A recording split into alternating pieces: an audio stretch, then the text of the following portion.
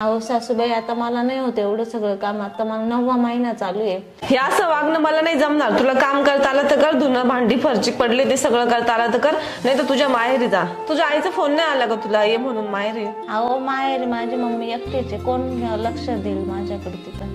मग तुला नीट वागायचं असेल, इथं राहायचं असेल तर तू नीट वाग. धुणं धू, भांडे घास, फरची पुस. हा ताई बोल ना.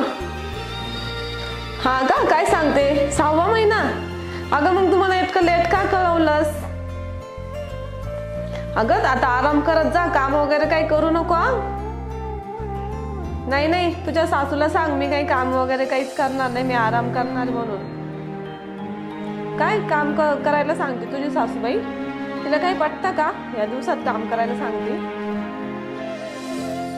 नाही नाही, तिला म्हणावं पटत असेल तर बघ, नाही तर मी माहेरी निघून जाईल.